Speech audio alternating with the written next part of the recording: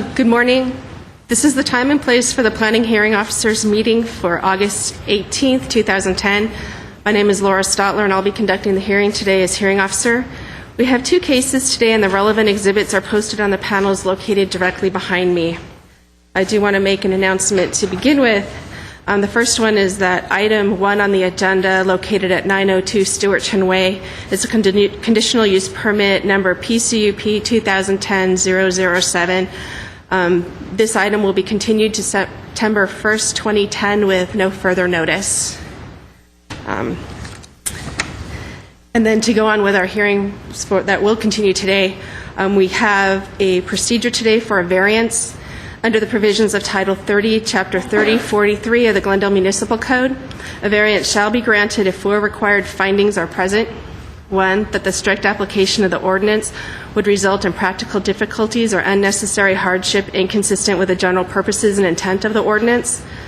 2, that there are exceptional circumstances or conditions applicable to the property involved or to the intended use or development of the property that do not apply generally to the property in the same zone or neighborhood.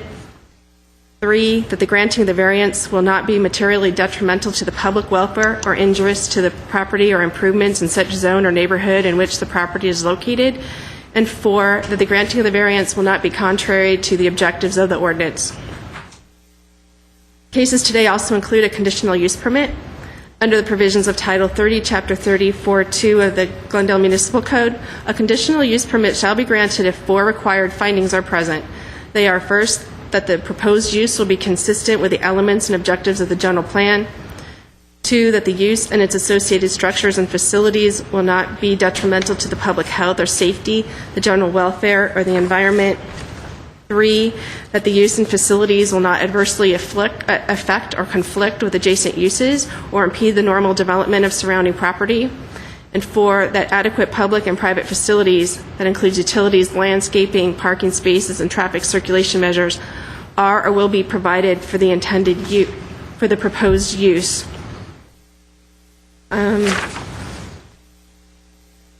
If the findings presented in the application and also at the hearing today meet the criteria just described, then the planning hearing officer can either approve or impose conditions for approval on the case in question. If the findings of fact are not evident, then the request will be denied.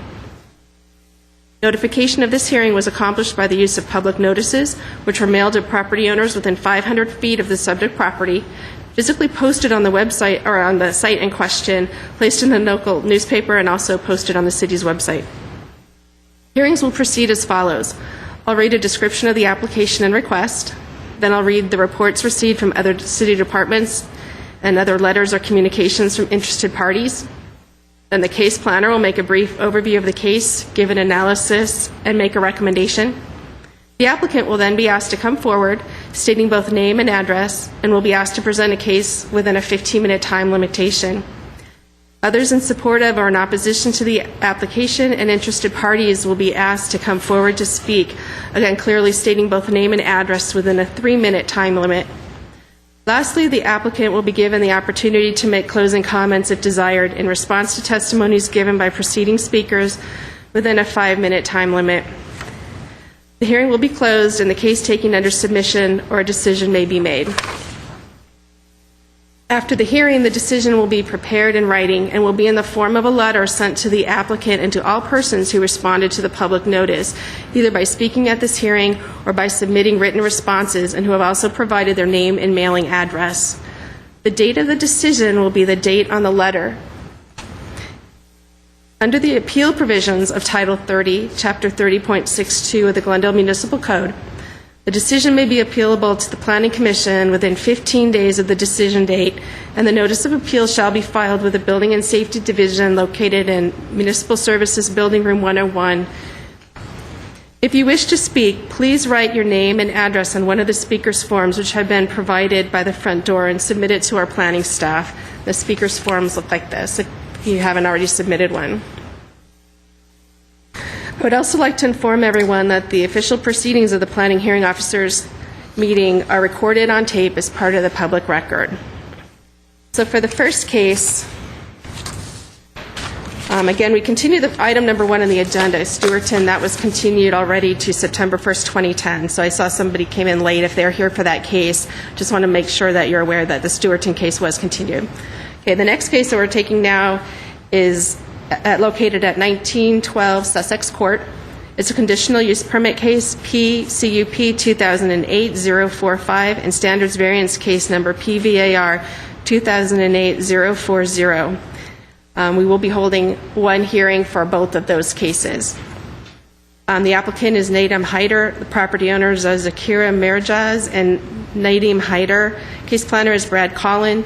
This is an application for a conditional use permit to construct a new 3,443 square foot single-family residence on a vacant lot with an average current slope exceeding 50% and where the lot width is less than 80 feet wide. Located at 1912 Sussex Court in the R1R restricted residential zone, floor area ratio District 2, described as lots 21 and 22, Block 5, tract number 9328. There's also an application for a standards variance in order to gain access to the subject site from the adjoining property. The driveway, in other words, the driveway is not completely located on the site for the construction. The slope of the driveway exceeds 20% and the retaining wall height is greater than 3 feet. It's located, again, at same address, 1912 Sussex Court. The only difference is that the lots would actually include lot 20, including 20, 21, and 22. Correct?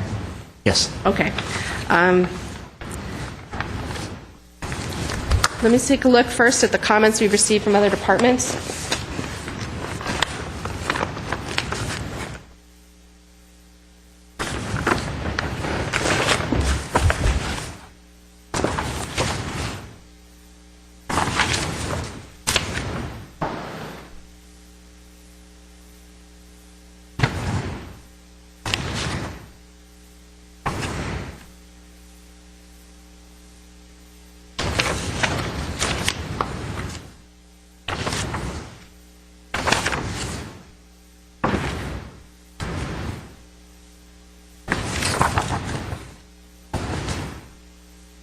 We have comments from the fire department, and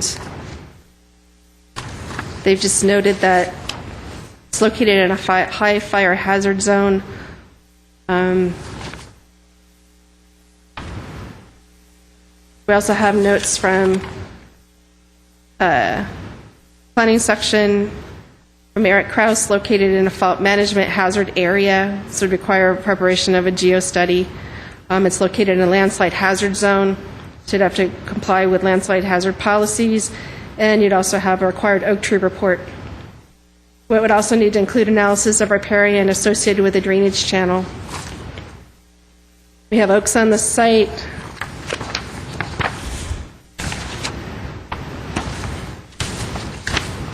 Another comment we've received. We have notes from Tom Mitchell regarding driveway slopes. Noting that any slope over 20% for driveways should be reviewed by the city engineer for acceptability. They've also noted that it's actually critical that driveways exiting, or that vehicles exiting down the driveway not back down. Therefore, there's a need for a turnaround at the top of the slope.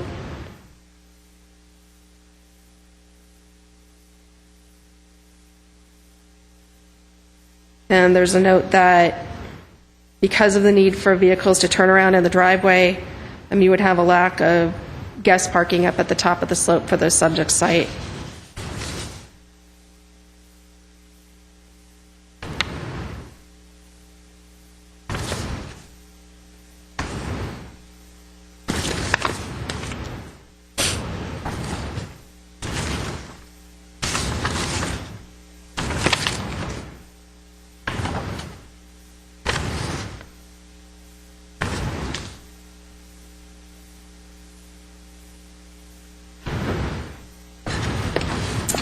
We just have standard comments that came from the water engineering section. You'll need backflow prevention devices, They'll have to pay the cost of any necessary fire, flow, or domestic water service and recycle water as required by the GWP and fire. Any water service or fire line connection, when no longer needed, would need to be abandoned. That's standard. We also have pretty standard electrical engineering concerns. They just want to make sure that there's connections. The owner would have to contact GWP to provide connections and pay all fees.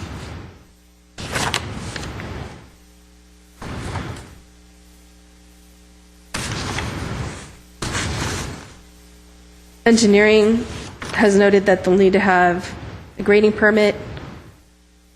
The engineer will have to approve drainage. Driveway apron have to be constructed to public works standards. And it would be necessary for them to obtain a variance to have a driveway of the slope that they're proposing, since that does not meet the zoning code. And they would have to demonstrate that the driveway profiles would comply with the code. Applicant would be responsible for replacing any broken, damaged, or deteriorated street improvements along the frontage of the property. They need separate permits. They also have to comply with NPDES requirements.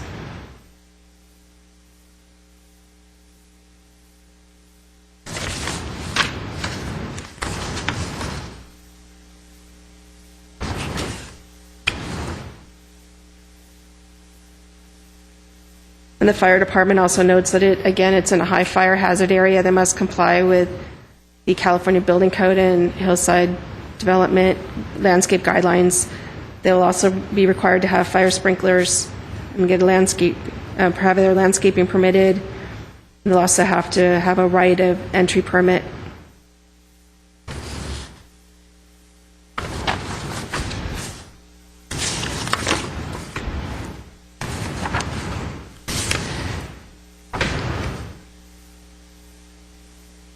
We also have a note from the police that notes that the steep slope may inhibit safe insertion of emergency vehicles and resources. That's the 25% slope proposed for the driveway.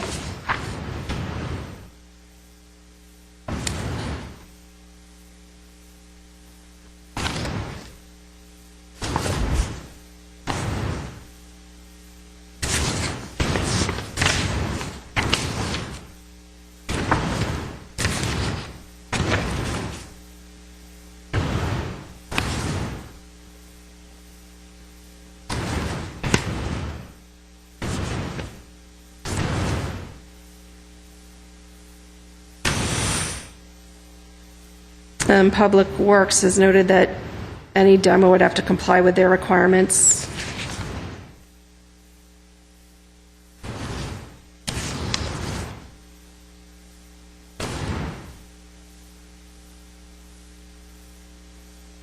And there's a note that the project poses significant impacts on indigenous trees. Therefore, the urban forester has met several times with the owner and designer of the project, and attention has been given to preservation of the trees. This is given the configuration of the parcel and challenges with the driveway, its proximity to the drip line of the trees in relation to the proposed project, including the footprint of the home and all surrounding hardscape. The applicant should follow recommendations in the indigenous tree report.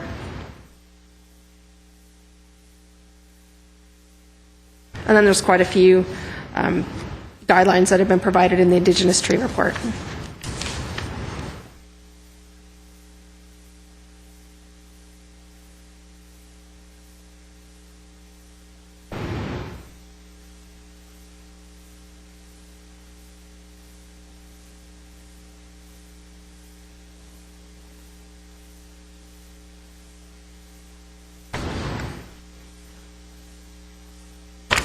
Okay, and that's all the comments I've received from other departments. I'd like to ask the case planner to now provide a description of the project. Thank you, Ms. Stotler. As mentioned, this is a conditional use permit application as well as a variance. Subject project is a proposal to construct a originally it was proposed to be 3,443 square foot, two-story single-family house. Since the noticing of the project, the floor area has been reduced to 3,143 square feet. The two applications that we have before us today, the first is a conditional use permit for a two-story single-family house on a 12,701 square foot lot where the average current slope is 52% and a lot width of 54 feet, both of which require a conditional use permit. The second application is for 3 variances. The first is to have the driveway encroach onto the neighbor's property, and that's on lot 20. Second is to exceed the maximum allowable driveway slope, and the maximum allowable is 20%. The applicant is proposing 25% for portions of the driveway. And the third request is to have retaining walls adjacent to the driveway that are more than 3 feet high within 5 feet of the property line, and those are about approximately 5 feet. A mitigated negative declaration, case number PEIF 2008-045, resolution number 10-111, was adopted by the City Council on June 29, 2010, as part of Lot 21 being rezoned from SR to R1R, Floor Area District 2, and there was a general plan amendment to go along with that to be consistent with the zone change. The current general plan designation is low-density single-family.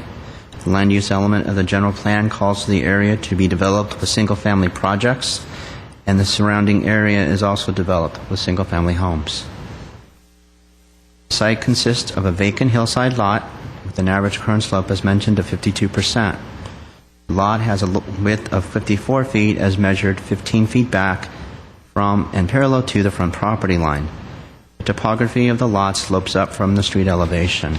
It should be noted that lots 21 and 22 are owned by the same person. However, as of the writing of this report, they are separate lots. Staff is recommending that these lots be tied together as one lot as a condition of approval. When this occurs, the lot width will exceed 80 feet. The total lot area will increase to 17,208 square feet, thus reducing the floor area and lot coverage percentages and increasing the landscaping percentage.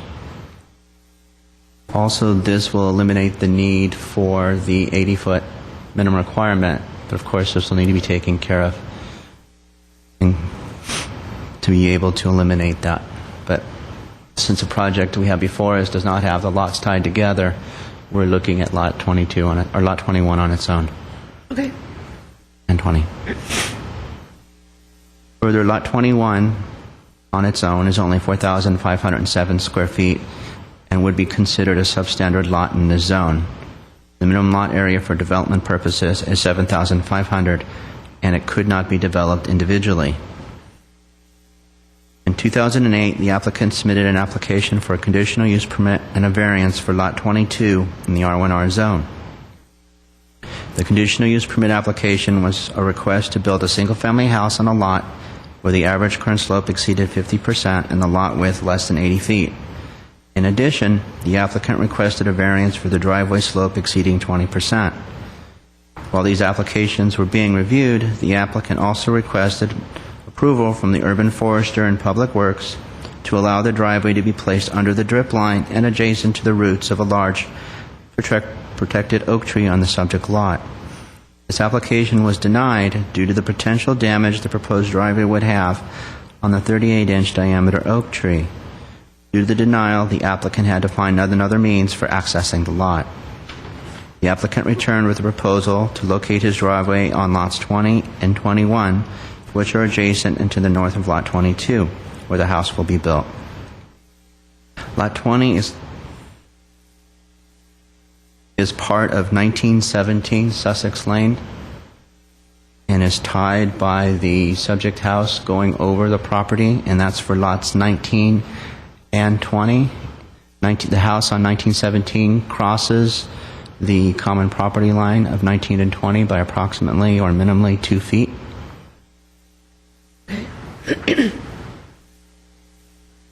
Lot 21 is vacant and contains a stand of indigenous trees along the southern portion of the lot.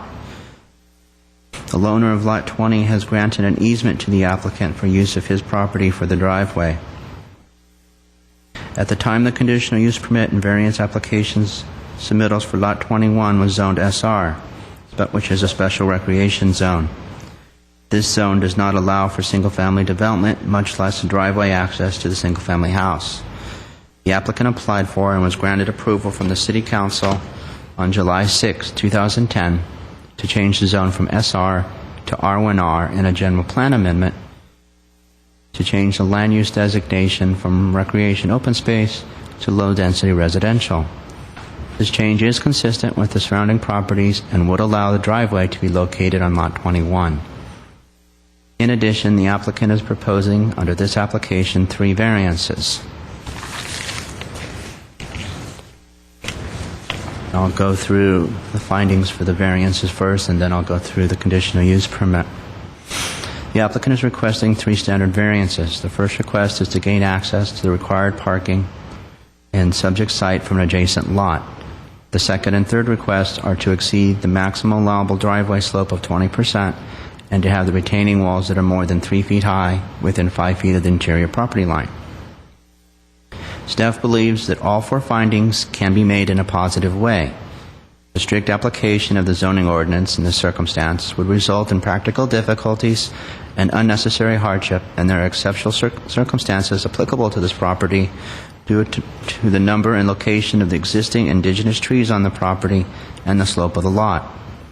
The southerly portion of Lot 21 has a stand, as mentioned, of indigenous trees that start within the street front step back and extend eastward toward the rear of the lot. These trees are protected in the city. In order to protect and preserve the existing trees, options to layout of the driveway are limited. The applicant is proposing to place the 202-foot driveway on the northern portion of Lot 21 and onto the neighbor's property on Lot 20. If the driveway were to be located completely on Lot 21, several of the protected trees would either have to be cut down or extensively trimmed, which would require a special tree permit from the Public Works Department. Staff believes that a tree permit application to remove or trim the indigenous trees on Lot 21 would be denied by the Public Works Department due to the importance of the indigenous trees in the city. Further, the city's urban forester has reviewed the proposed plans and has approved the driveway location and retaining walls subject to mitigation measures to protect and preserve the subject trees. These mitigation measures would be put into effect prior to and during construction. Due to the slope of the lot and limitations on location of the proposed driveway predicated by the indigenous trees on the property, there are portions where the driveway slope exceeds the maximum allowable 20% and retaining walls that are adjacent to the driveway that are over height. In an effort to protect the subject trees and their root system, portions of the driveway slope exceed the code by 5%. In addition, the heights of the retaining walls adjacent to the driveway are increased to support the driveway over the roots. Retaining walls within 5 feet of an interior property line cannot exceed 3 feet in exposed height, while retaining walls beyond 5 feet cannot exceed 5 feet in exposed height.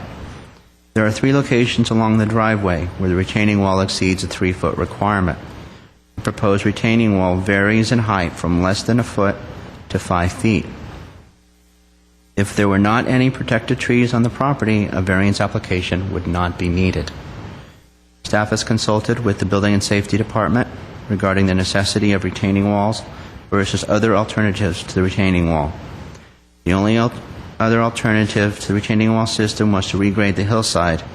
Regrading would not be advisable due to the proximity and potential damage that would be caused to the indigenous trees on the property.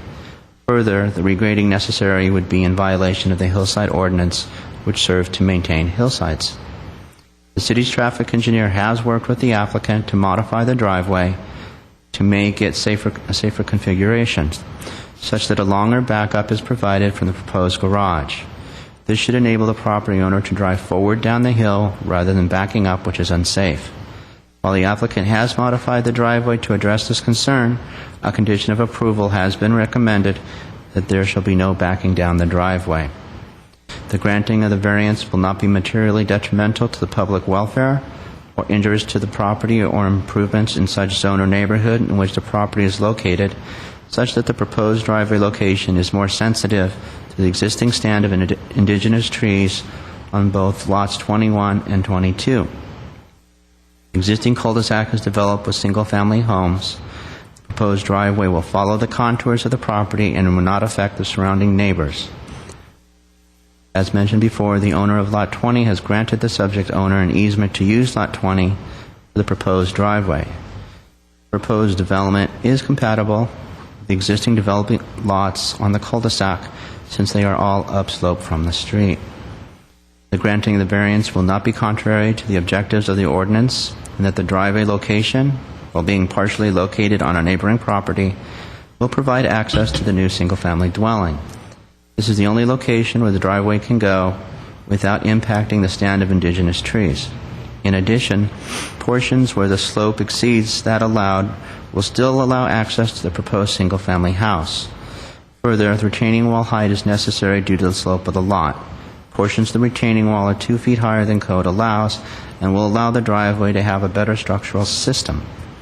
Proposed retaining wall will not be visually massive, and these walls are essentially parallel to the property lines and are hidden from public view by the surrounding trees. In relation to the conditional use permit application, zoning regulations require projects on lots with an average current slope exceeding 50% and a lot width of less than 80 feet, measured 15 feet back from the front property line, to obtain a conditional use permit. The requirement for a conditional use permit for a new dwelling unit construction is to also obtain public input on infill development where potential impacts of such development are anticipated to be of concern to the surrounding public. The purpose is not to prohibit development in all cases, but to provide specific conditions to assure compatibility with its surrounding. Staff believes that all 4 findings for the conditional use permit can be made in a positive way. The proposed home is consistent with the various elements of the general plan, will not impede the normal development of the surrounding properties. The proposed house will be compatible in size and scale to the existing residential development pattern in the neighborhood at 3,143 square feet. The floor area for the 4 homes existing on Sussex Court range from 2,230 square feet to 3,294 square feet. It is designed according to the hillside design guidelines, in which the house follows the contour of the natural grade, and the house will occupy 20% of the lot, thereby giving the majority of the lot to remain as ungraded open space and graded driveway. The lot width is consistent with other lots in the subject cul-de-sac. The proposed house will not result in the overbuilding of the lot or crowding of the neighboring properties, since the new house will meet all setback distances as well as lot coverage, floor area ratio, and landscaping standards. In addition, the subject property is surrounded both other lots that are already developed with single-family homes. Staff is recommending approval of both the variance and the conditional use permit. Staff believes that the project is able to address both required findings of the conditional use permit and for the 3 variances. In addition, staff believes the proposed house and driveway comply with the hillside design guidelines and the hillside development review policy, which is chapter 30.11.040A. And staff is recommending approval for both applications and available for questions. Thank you. Could you show me on the map that we have, the site plan, where the driveway walls are going to be in excess of 3 feet?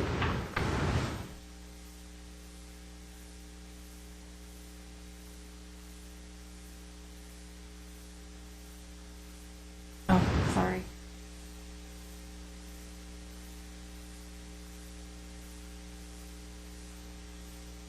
We have a spot over here to where we're within 5 feet property line. The property line between lots 20 and 21. So the walls in question are basically along this portion here within 5 feet.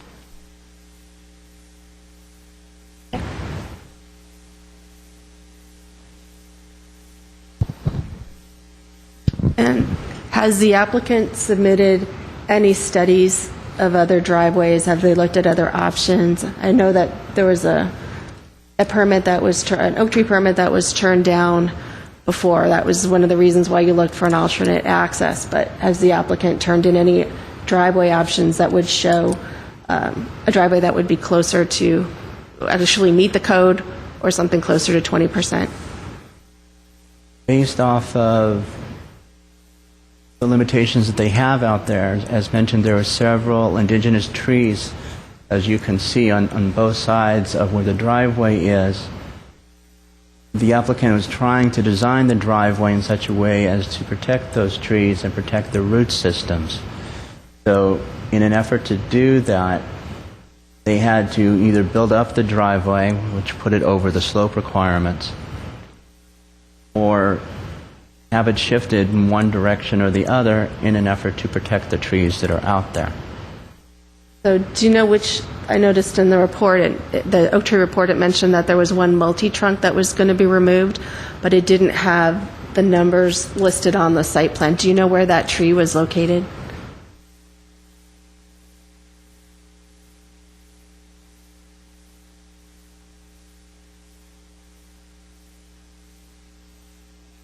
There's some multi-trunks that are around this area. Okay. So that's where the one is that's going to be removed for the driveway? Aware of any trees that are, the applicant will be able to. Okay. And then could you show me also where when they first came in for an oak tree permit, where that tree is, where the oak tree permit was denied? Okay. Basically, for the original permit, the drip line is practically across all of Lot 22. Out from here, sloping up from there. Do you know what the slope of that driveway was? Did that plan actually meet the code, or was that also asked? Variance request as well. Also. Okay. Now, did that request, I know it obviously would require removal of one tree, but did it impact any other trees for that, or was it only one oak tree that was impacted? That was the only tree. Okay, whereas this request perhaps doesn't have the same degree of removals, although the report says there's one. But if this driveway goes through, do you know how many oak trees are going to be encroached upon through this request? I'm not aware of that. Okay. I know that the forester has reviewed the driveway location, and the applicant has been working closely with her to come up with a plan that will protect and preserve the trees that are out there, as well as their root system.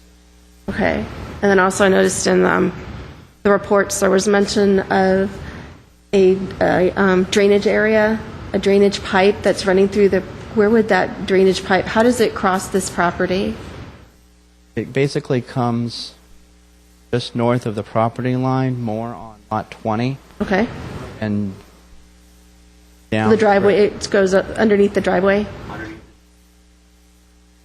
as well as city attorney on covenant and agreement addresses maintenance and access to that.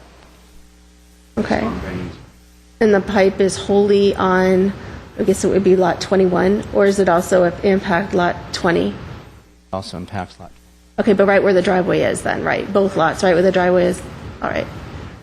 And so are you limited to grading in those areas? Is that why you have a 25% slope, or is there a way to do more export in that area, perhaps lower some of the slope? Does the pipe create a constraint? The location of the pipe?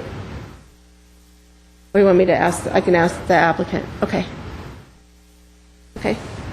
I guess the other question I have relates to part of the justification for asking for these variances is that the first proposal apparently also had some zoning issues. So I'm wondering what other zoning issues affected that first the first application before this was even looked as an option? I mean, did you only, I understand the first one had a proposal that only took access from the subject site. Now we're looking at taking access that includes access over a neighboring parcel.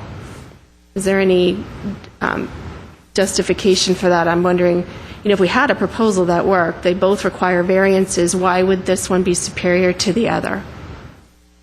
This one's superior is because they couldn't get approval from the Public Works Department and from the urban forester in relationship to the driveway. So basically, when they applied for their tree permit for the driveway off of the subject property, because of the large oak tree that's there, the 30-inch diameter oak tree, they were denied basically any trimming or modification to that tree, which prohibited a driveway to be done at that location. There was nowhere else on the subject property that a driveway could come through. It's based off the shape of the driveway, the configuration of the cul-de-sac, as well as the slope. So Okay.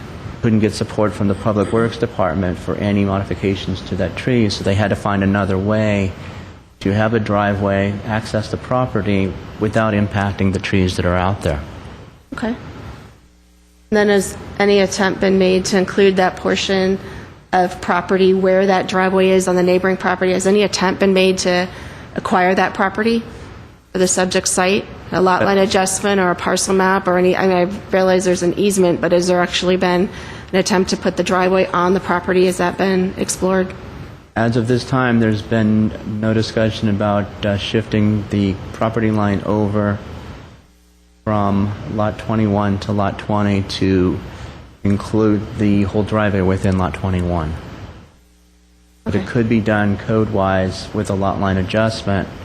The lot areas would still meet code requirements. So they meet the code requirements for lot area, for lot width, for, okay.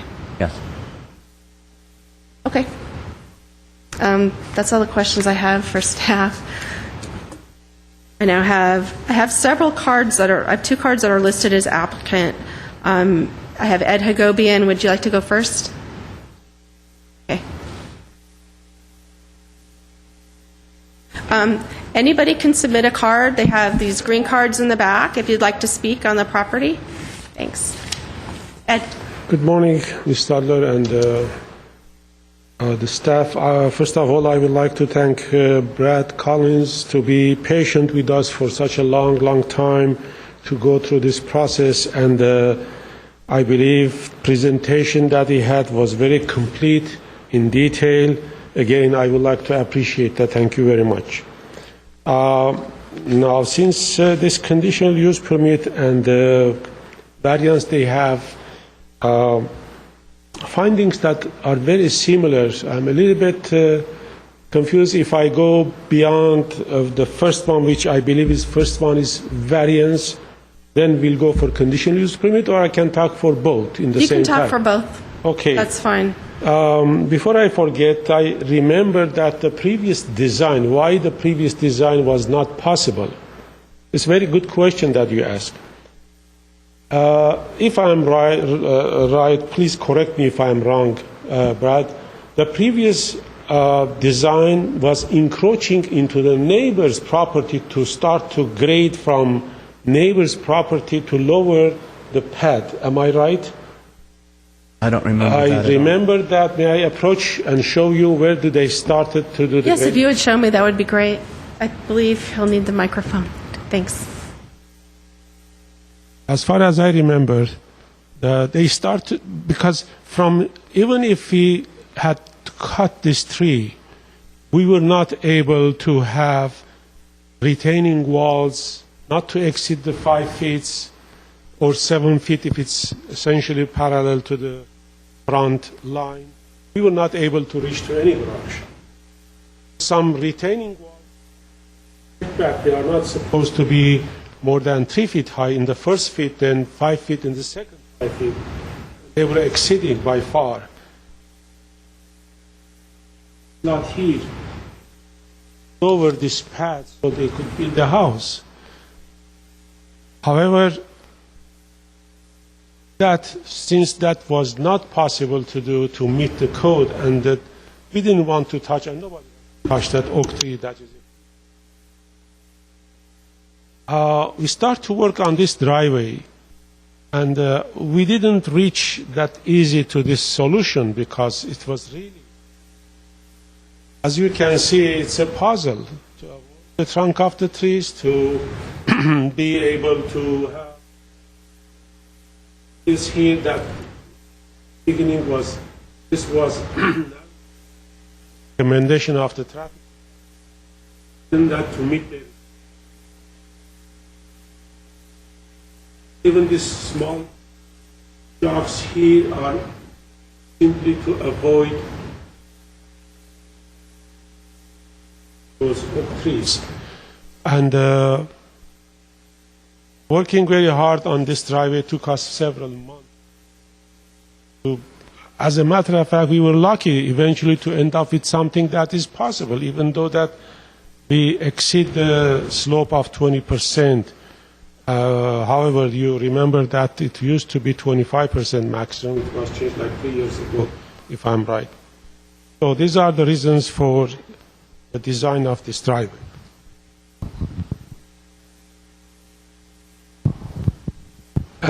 Basically, talking about the variance, the project is to build a single-family house in this lot, and as Brad explained, we last several months or a year and a half, maybe we went through the process of purchasing that lot next door and getting the permission from the neighbor to have an easement to drive through, so that we ended up with driveway that is possible to drive and enter to the garage of the house.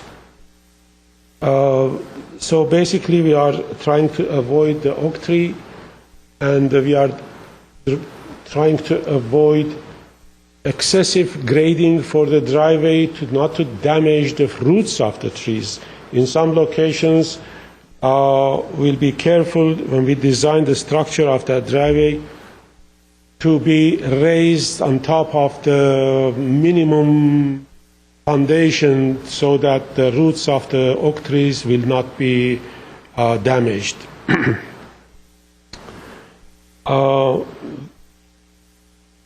Again, Brad explained that we already have a tree report, so I don't need to talk about that.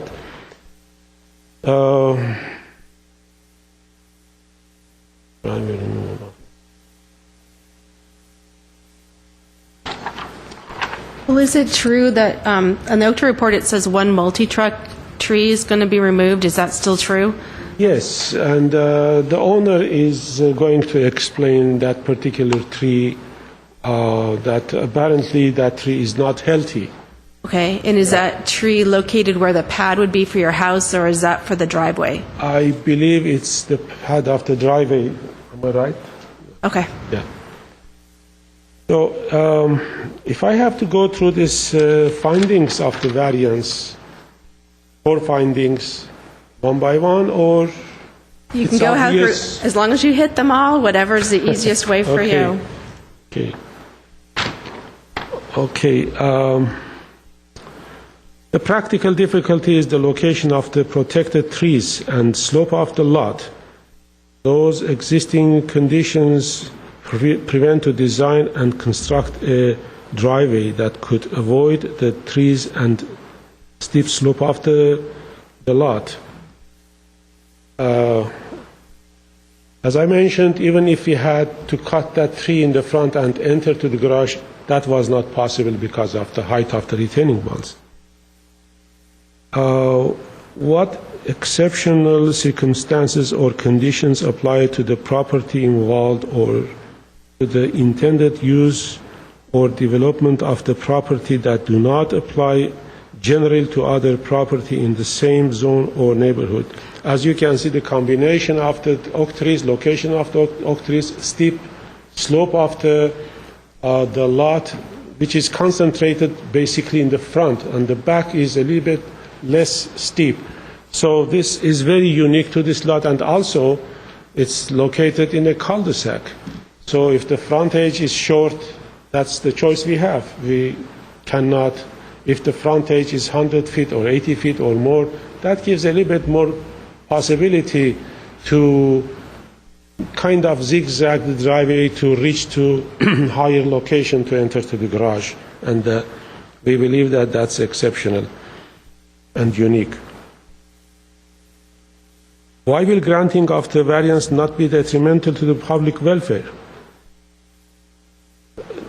One of the advantages of allowing this to happen is that by doing this, the neighbor will not be able to build any house in that vacant lot, because with the driveway that we have, he will not have a chance to design a driveway and enter to that property.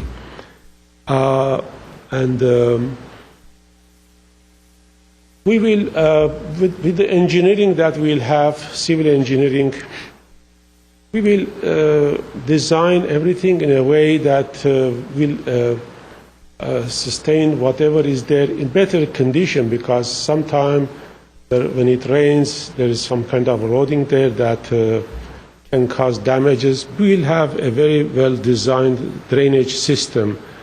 By the way, you mentioned about that drainage pipe that is under the property now that is not visible, only on top and at the bottom. Even on the bottom, I'm not sure if it's visible. We will try to avoid that, and if we have to get very close to that, if necessary, we'll repair or change the pipe or whatever is necessary. I'm not an engineer, so the engineer will know how to design around that, so that we'll have a complete, good drainage system in this property. Are you going to use special paving on the driveway? Because I know you have the oak trees. Is there a paving that you're proposing to use? Wherever it's in the natural grade, using interlocking concrete blocks, which underneath there's no concrete, so the rainwater can go through. Is that going to give you enough traction, perhaps in the rain, for someone to go up a 25% slope, and especially on a curve? Either the concrete, usually the concrete blocks, interlocking concrete blocks are a kind of, they have joints in between and they have a little bit rough surface, which gives a better traction for the cars to go up. Okay. However, for the locations that we are above the natural grade, and we have to have a probably, most possibly, a concrete deck or slab type thing. In that locations, we'll try to have a finish on that concrete to be a little bit of rough finish, so we will create that traction for the cars. And also, how will pedestrians get up that driveway if there's no room for guest parking on the top? How are you proposing, I didn't sit on your plans, are you proposing a stairway, and where would that be? Stairway, if we can work out some kind of stairway that in between the trees will not damage the trees, we'll add that walkway later on by the approval of the Urban Forestry Department. My other concern is trash. As I noticed, one of the comments we had is that there need to be access agreements. Where would you store trash if you have a 25% driveway?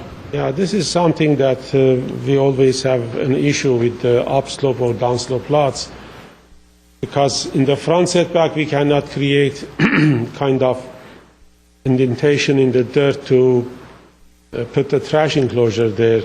However, even that is too far from the house, so the occupant of the house, they have to take the burden to push that trash enclosure all the way to the street and bring it back with a 25% slope. Yeah. Or maybe they can have I don't know, just now I am thinking. I'm just thinking of practically the practicality of this lot being developed. How are you going to get emergency services? How are you going to get trash service when you have a driveway that's steep, especially when we have comments coming from the police and fire noting concerns with emergency access and just service? So the trash area, that's really unaddressed, and then pedestrians, it's unaddressed right now. It's inside the garage or Yeah. attached to the house somewhere. Okay. So they have to carry that to the street. I have been driving around the Glendale in Chevy Chase area especially, and I have seen existing houses that they have a slope of, just by eyeballing, I would say 35 to 40% in some houses. Now, do you know if I don't mean that that's comfortable, that's easy to drive, but sometimes we have to deal with the conditions that are not perfect and find any solution to mitigate that. Now, do you know if there's other 25% driveway slopes on this street or in this area? My neighbor has a slope on his driveway. I'm just curious if you know how steep that is. I guess if Brad, if you know, or Ed, if you're aware. I did not study that and in that neighborhood, but just in Chevy Chase Drive, I had some photos even, but I didn't bring it today. There are houses that they have that kind of slopes, very steep slopes, yes. Okay. And later on, I can bring the pictures for staff to be a part of. I would like to take a look. If you can show me some that have a 25% slope where there's a curve, I'd be interested in seeing how wide those driveways are, if they're similar to this, and also just learn if they're used. Yes, I will. Okay.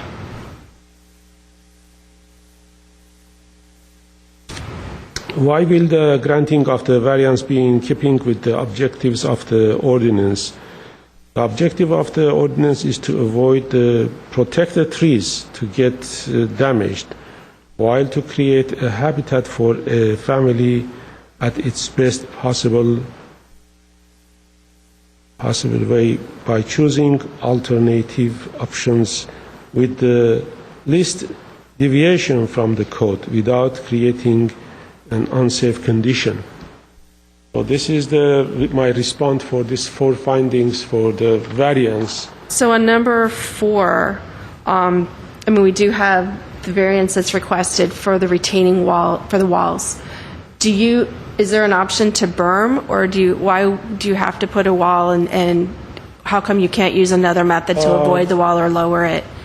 I believe that wall is very short. It's in the front, right in the beginning of the driveway from the sidewalk. It's a very short distance where usually this is a problem that we have with the lots that they are fronting steep slope street. 2 ends of the entry to the driveway, they have maximum elevation difference. So somehow we have to create a transition, and that transition is cutting one side and raising the other side so that we can create a horizontal condition in the beginning. Even sometimes that's not absolutely horizontal, but gradually it starts to, by driving into the property, it starts to become horizontal.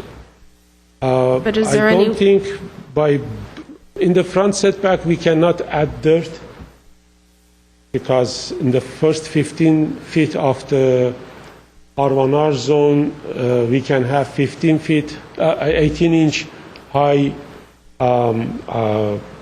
fence or something like, but we cannot add dirt for 18 inches as far as I understand. So berming in the front setback. What about in the back, where right between the 2 property lines where the driveway makes a curve, where Brad said we have some we'll study walls. that to see if possible. Is that variance necessary in that area? That's what my question is. Is there another method rather than putting in a retaining wall? I'm pretty sure that during the study of every little portion of this driveway, we try to avoid anything possible that we don't have to file a variance for that. But that retaining wall was not possible. But again, I will study one more time to see if can it be bermed? Is that something that was addressed in the Oak Tree report? I guess this is a question for Brad. I'm looking for options. What else has been looked at to avoid this variance? My understanding is that the reason for the retaining walls is to be able to structurally hold up the driveway, which is being altered due to the root system and trees that are out there. And the city's urban forester, as mentioned, has been working with the applicant to come up with a way to protect the root system as well as the drip lines and the indigenous trees that are out there. So it's my understanding that the urban forester is comfortable with the design of the driveway and the retaining walls as proposed as a means to be able to protect those trees. Okay, but did he look at berming or another option, or did he just look at walls? I guess that's my question. Did he look at something, an option that would comply with the code versus something that worked? Sorry, I think I made a mistake. That excessive height is in the middle of the driveway where the neighbor's wall is, right? Neighbor's property line is. Am I right that the height of the wall? I think it starts on one side and then it probably goes through lot 21. Was it this area? It shows at the top there, and then it comes straight through down to Sussex.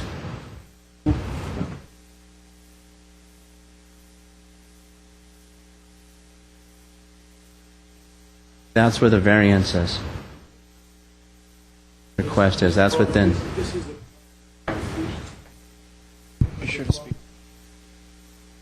Yeah, this is the property line, as you can see here. And 5 feet on both sides are restricted to be 3 feet high. That is the location, and it's not possible to avoid.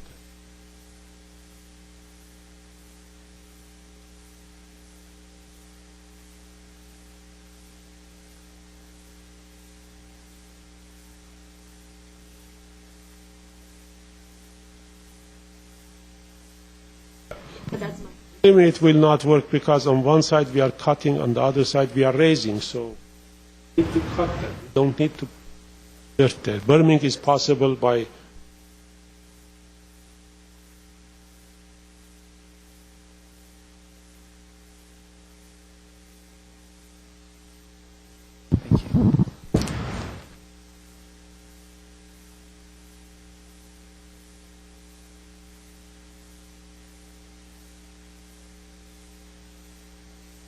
That's all I can remember. If I missed anything. The variance for the CUP, it says the proposed use will be consistent with the elements and objectives of the general plan.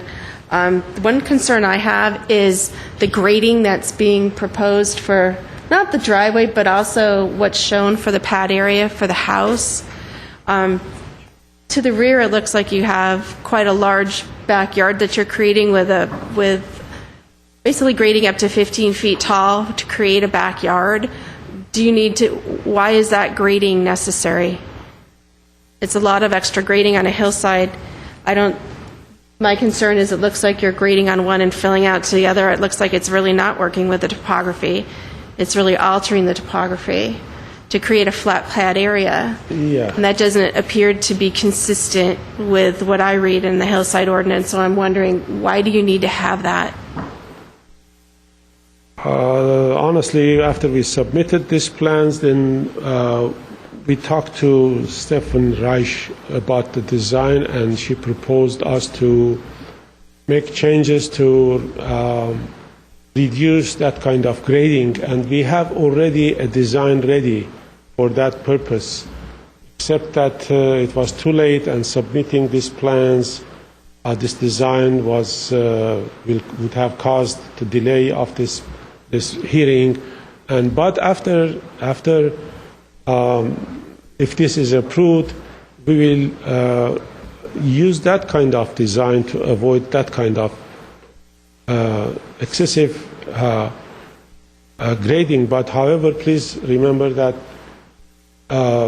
one of the reasons that we have 25% driveway is to avoid other locations grading. So we will have minimum grading in those areas, and you are absolutely right. We'll reduce the grading of that backyard with the changes that we'll have in our new design. So could I have the microphone?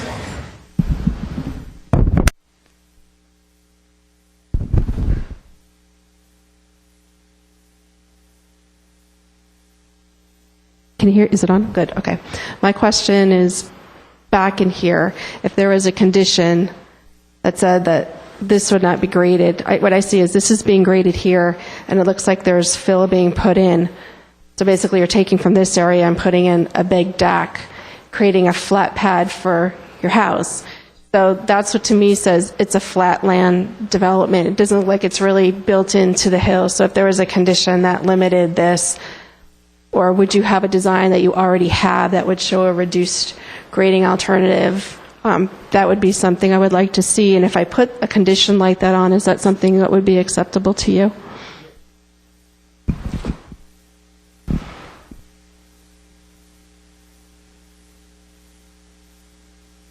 May I add to that you are absolutely right. That kind of design is good for flatlands. With the other design that we have in different levels, split levels, that it goes with the slope of the lot and reduces the amount of the grading. Okay.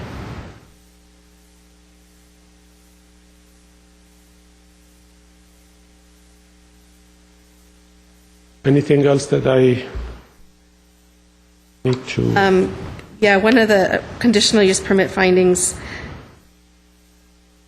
it says that the use and facilities will not adversely affect or conflict with the adjacent uses or impede the normal development of surrounding property. In terms of this one with a driveway on a neighboring property, do you see that doing that sort of grading construction, in your experience, do you think that would have any impact on the neighbor? You mean the grading of the driveway? Well, as I said, because of that 25% slope that we have for the driveway, our grading will be minimal. So it will be raised wherever it's higher. We will be cutting very little wherever the slopes goes into the hill. By doing that, our grading is minimal. So also between this driveway and the neighboring house, there is a distance that is existing oak trees or existing landscaping, so it will not be a nuisance to the neighbor on the left side of that driveway. Okay. I have no other questions. Thank you. Thank you. And the next person I would like to call up is the applicant, Nadeem Hyder. Good morning, Ms. Stotler and the staff. Thank you for your time. And as Edward mentioned, for the patients, I've been working with Brad for almost 2 years. But just to set the context, when I started this project, ideally, just based on my value system, I wanted to have, and I still plan to have, as much environmentally friendly house that I can develop. And that's the reason from day one I have been talking to Teresa to figure out how I can design it without hurting the tree right in front. And one of the reasons, apart from all the grading and everything, is we went to the alternative way. Is number one is that large tree is a part of an ecosystem, so it doesn't really stand by itself. And that's the study by both an external arborist and the city staff, saying that just cutting that one tree is not only going to impact that tree itself, but it will impact the surrounding tree because they have that symbiosis relationship. So that was an important factor.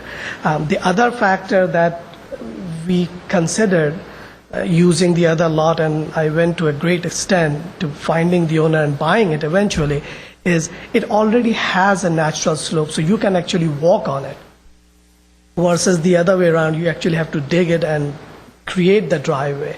So yes, you have to level it, but you can literally walk on the driveway. So there is a natural path already there, and we are trying to make use of that. And that has been, from day one, I've shared that thoughts with the city staff, with homeowners association.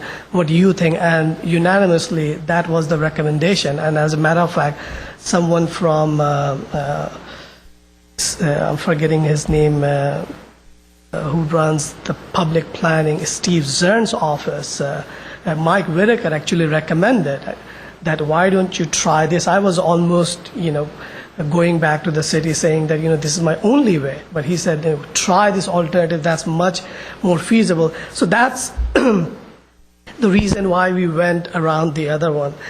You had the question about the tree, cutting a tree, and I would like to share the picture of the tree that we are proposing to cut and where it is. Okay. Staff should. We are recommending the tree not because we have to cut it to accommodate the driveways, the other way around, is that the tree is completely dead. So the arborist is recommending cutting it just for, for the ecosystem, not because I need to cut that tree to develop my driveway. So they are not at all related. Okay. The other thing is, again, if there's other question, I'm here to answer it, which are technical, which is beyond. But one of the things that I, don't want to contradict my architect, but I would be, the reason we have moved forward with this variance and CUP permit is that we are talking about something that not really impacting the design itself.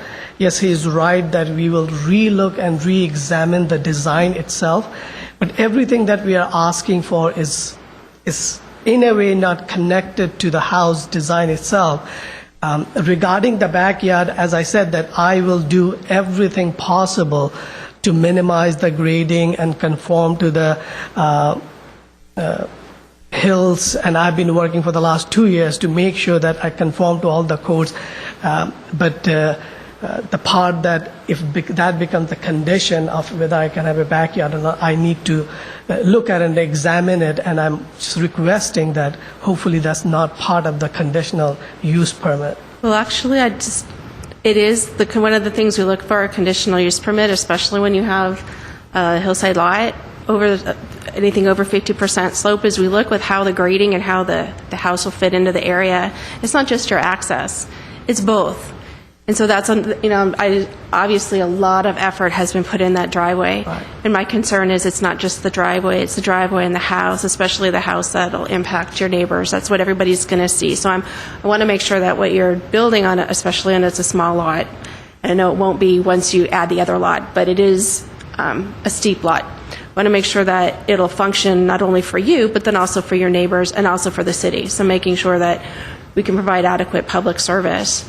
Absolutely, and as I said, that I am on my third design right now, so I have been willing to cooperate and work with. As a matter of fact, every time I make changes, and hopefully, I have my neighbors, they can speak for themselves, that every step of the way I have worked with them, shared with them to make sure that they are happy, and I have a letter of support from all my surrounding neighbors. So every time I have made changes, like literally I have a communication plan that every time I make changes, I want to make sure that it doesn't impact my neighbors, they are happy with it, and I'm working with them because at the end of the day, I want to live with them, and I am sharing my boundaries with them. So I want to make sure that we are happy, but at the same time, I want to accommodate or build a house that is both functional, aesthetically beautiful, and is environmentally friendly. So I'm very conscious of that fact.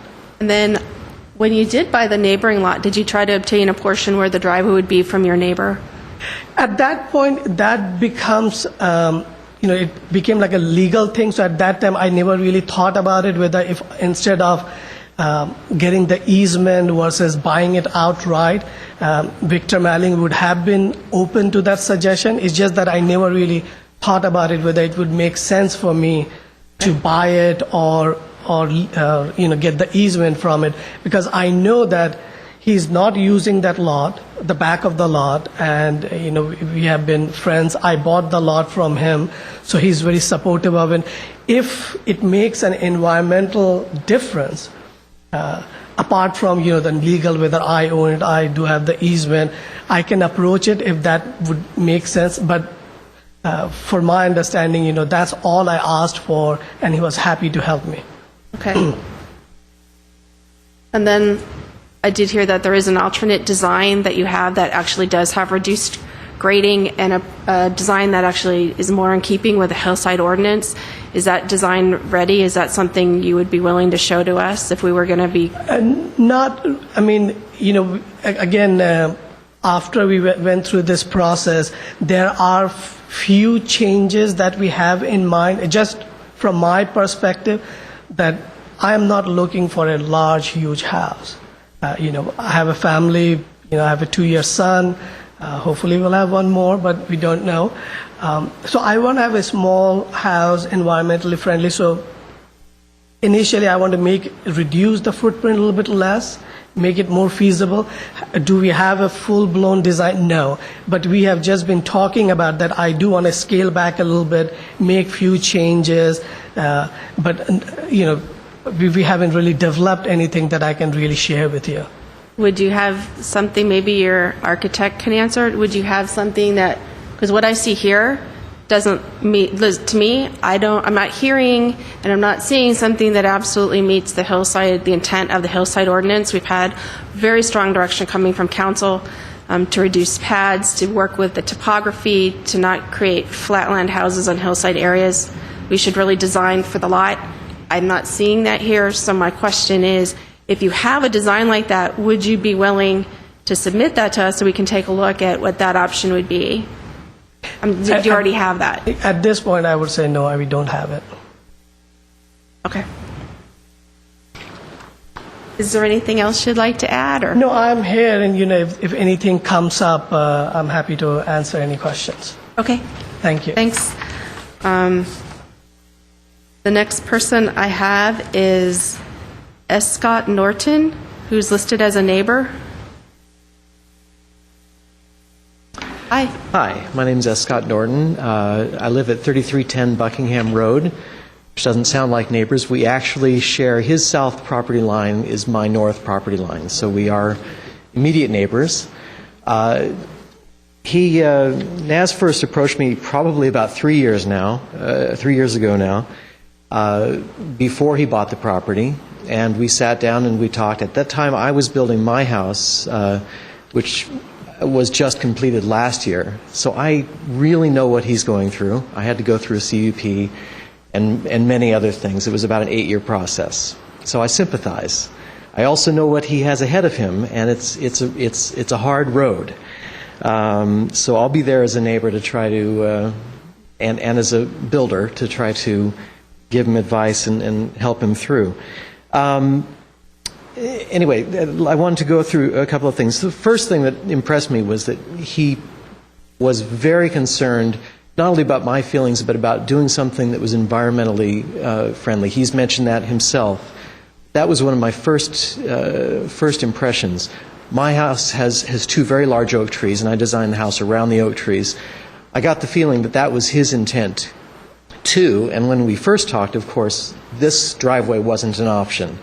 It was a driveway that had to be on his property, and I could tell it was painful for him to even think about cutting an oak tree down. So I'm glad this solution has come up. He was very concerned about, like I say, building a house that was environmentally friendly. The first house design that he showed me actually did have multiple levels. I haven't seen the most current house, but that was what he presented to me, and we talked about that. My house has 11 different floor levels, so I'm very aware of multi-level. 11. This is our other neighbor. Anyway. The trees, as I mentioned, were his concern, and I noticed that from the very beginning. As far as this being in keeping with the surroundings, which I know is one of the findings, there are a number of driveways, one a neighbor of his and another a neighbor of mine on Buckingham, that I'm sure are over 25%. Now, they were built a while ago, back when I'm sure it was legal. And in fact, as far as I know, I'm a home designer, as far as I know, it is still legal in some cities to design a driveway that portions of it exceed 20 and go up to 25%. So this is not an extreme driveway by any means, and within the little cul-de-sac of 4 or 5 houses, it won't be the steepest driveway. That's my guess. I haven't measured it. That's my guess. I do like the idea, and I haven't seen, like I say, today's plan. I do like the idea of having stair access. Oh no, I got the red light. Let me just really quickly. Guest parking, that's not fine. a problem. Go ahead. Okay. Guest parking is not a problem in our neighborhood. Yes, he's on a cul-de-sac with very few street options on the cul-de-sac, but he's 60 feet away from Chevy Chase, and off the record, or maybe even on the record, there's 2 library parking lots, and the library's only open for like 3 hours a week. So when we have a party, our guests can find plenty of parking. It's not an issue.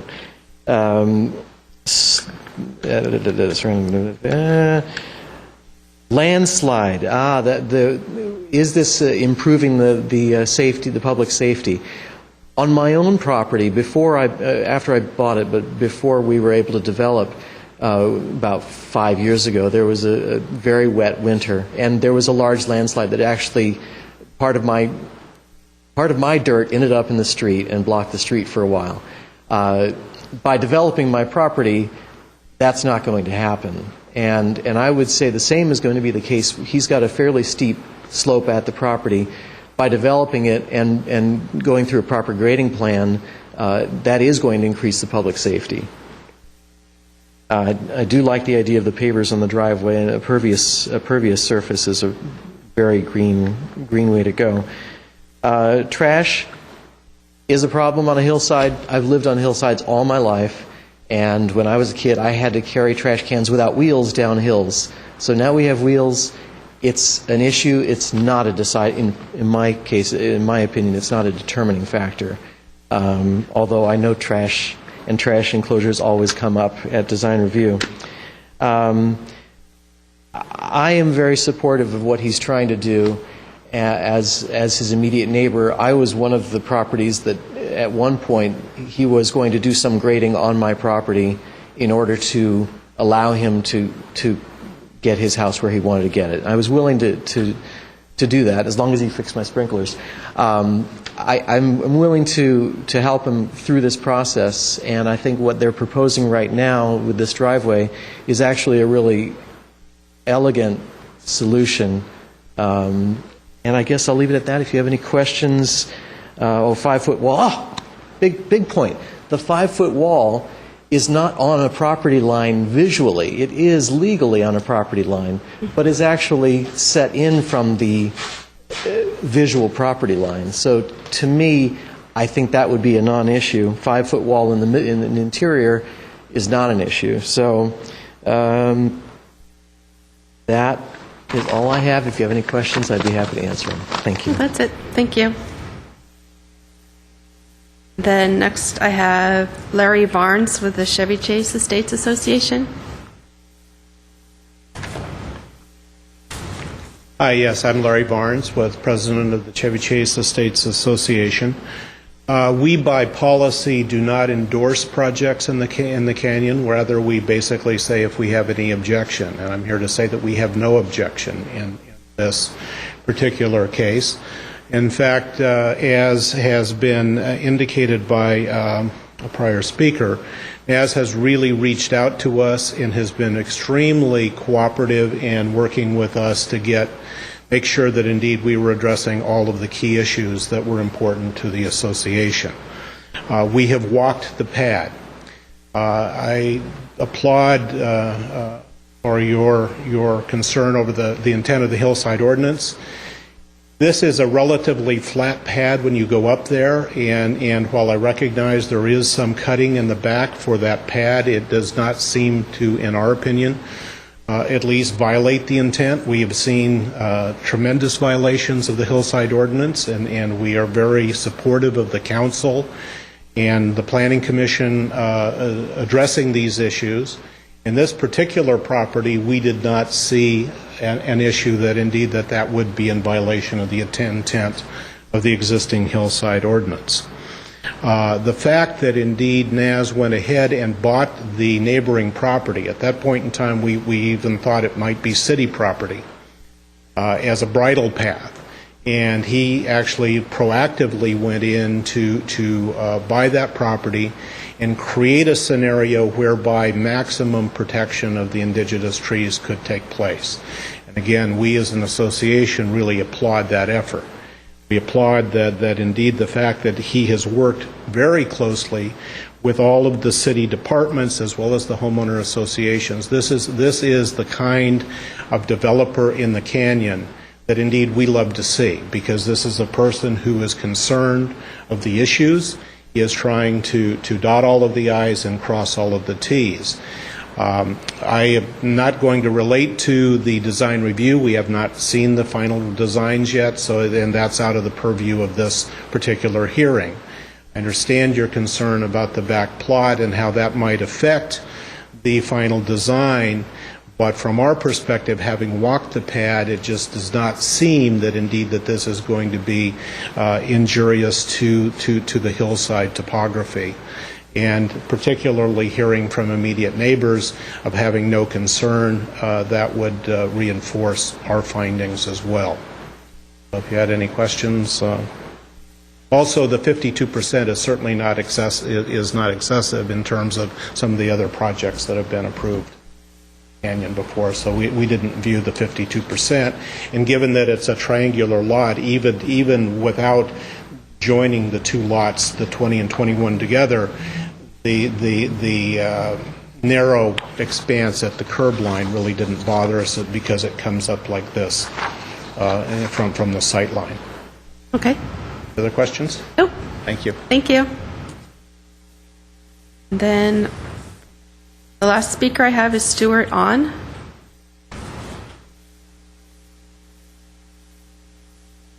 Hi, my name is Stuart On, and I'm the original developer of Sussex Court, and I built homes 1907, 1909, and 1908. And I put the storm drain on Bridle Trail myself, and I still live on 1908, which is right next to his house. So I do know some background. Unfortunately, I didn't have a chance to look at his site plan. So I have to be general because I don't know. The driveway, the first proposal that was going right next to my property, I worked with him, I supported him, and well, anyway, that's passed, to cut the reverse slope, but I think this is much better than first one. Now, I know by first name only. Hendrik at 1907 was talking to me yesterday, make sure I go here and talk and find out what's going on and express their concern. And Nancy, who lives in 1909, also been asking me what's going on. So I do have some representation. Victor we developed the street together, Mr. Melling. So as you see, when you make a right turn from Chevy Chase to the Sussex Court, his lot is right in front of you. I'm to the right, and the other people are to the left. So it's a very visible slope. So putting the driveway to the left, which I only know as a former bridle trail, is much better, and it won't be such a eyesore. So that, I think, I'm in a great support of relocating driveway. As to the percentage of slope, I forgot how steep 25% is, and mine, I think, is about 18% to 20% next door. But anyway, I wouldn't comment on that. As to the design, I only saw floor plans. But your comment, Chairperson's comment, I'm very impressed of comments you made. I'm glad that you are the chairperson and thinking about all this. So in general, it appears to be Mr. Ed, who is also my architect, I built his buildings, is creating a big pad up on the hill versus to Ed Scott here, who dug on the hole and no pad. And also Victor across is kind of tugged into the hill. So their garages are straight from the street, both Scott and Victor's and all the houses. So he will be the only one having this long driveway, But as far as we're concerned as a neighbor, it's okay because the location is much better than previous one. So I'd like to see follow through up of the comments you made. So, and I'm sorry, Mr. Hakobian should look at Escott's house, how to minimize the grading. It's not only the eyesore to have a big fat pad up on the hill with the huge retaining walls, but it's very expensive. I'm telling you, it's going to be very expensive. I'm a contractor. So, but the last word is, I am in support of all the issues you brought up. I wish they can be resolved between the developer and architect. And we do have concerned neighbors that so far they're saying, as long as you reserve that hill that you're visible as you're entering the Sussex Court with green, it's dirt right now. So they want to see some landscaping, and as long as the driveway is to the bridle trail, they're in support. But they haven't seen design, or they don't know what's going on in overall grading and engineering. By the way, that storm drain, the head wall, I installed that. So I'm sure he's going to work out with the engineers how to. It was the what do you call gully. In rain, water goes down the bridle trail.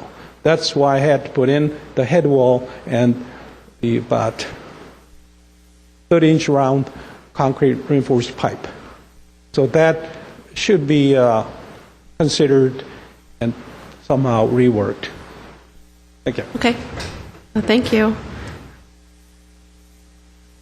Would the applicant like to have any closing comments? Do you want to address any of the comments that were raised by your neighbors, either? I just want to thank everyone for coming down and supporting it. To me, it's literally a good karma then that you have the support and people are taking the time to do it. And as hopefully as a neighbor, I'll be respectful of being part of the community. And as I said, that I want to make the house as environmentally friendly as possible. So we'll do everything possible to make it look both aesthetic, something that I would be very proud of living for the rest of my life. So it is important to me, and it is important for me to work with all my neighbors. So that's all I have to say. Okay. Thank you. And then Mr. Hagobian? I have a time, 1 minute, to talk to the owner. Sure. Is there would anybody else like to add any comments? Anything else? Okay, I see no other speakers in the audience. I have no further questions for the applicant.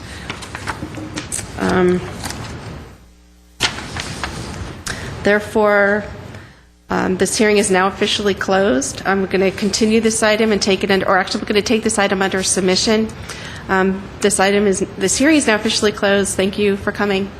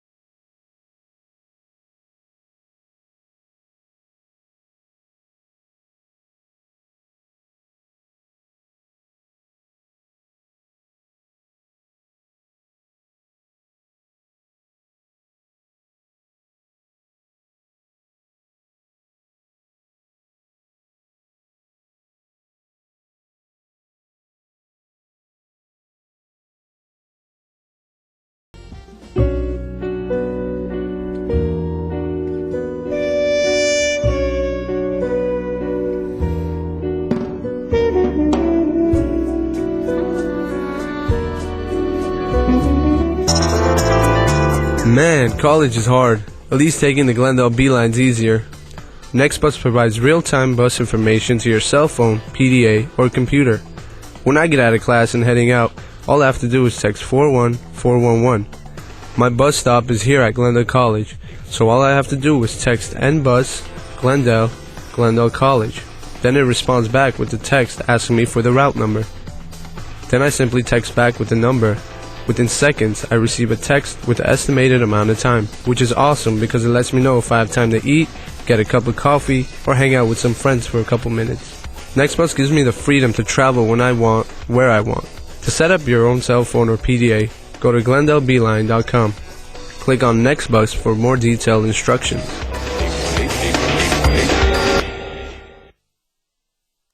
Կալիֆոռնիայի ջրի պաշարները օրեցօր պակասում են, ուստի բոլորս պետք է պայքարենք ջրի խնայողության համար։ Գլենդելի բրբանկի եւ Փասադինայի բնակիչները կարող են իրենց պարտեզները ջրել միայն երեքշաբթի, հինգշաբթի եւ շաբաթ օրերը։ Որպես հիշեցում, պետք է ջրեք առավոտյան 9-ից առաջ եւ երեկոյան 6-ից հետո։ Միասնաբար կարող ենք օգնել, որ Կալիֆոռնիան վերականգնի ջրի իր պաշարները։ Ջրի խնայողության հավելյալ տեղեկությունների համար այցելեք մեր քայքեջը։ Community, environmental stewardship, civic pride, volunteerism. Glendale prides itself in the high quality of life it offers to everyone who lives, works, goes to school, and conducts business here. I'm Sophia Young, and I am proud to be a Glendale resident. Glendale is a beautiful city. It is nationally recognized for its exemplary community beautification and environmental education programs. Hard work and volunteers have helped make the city what it is today. Volunteerism is when people get together for a common good without expecting anything in return. In 2009, close to 62 million Americans volunteered their time to local organizations, giving 8.1 billion hours of service worth approximately $162 billion to America's communities. Volunteerism is a matter of civic pride. Check out cleanupglendale.org to learn how you can join hundreds of Glendale volunteers of all ages who are making a positive difference in this community. My name is Sophia Young, and I am proud to be a Glendale volunteer.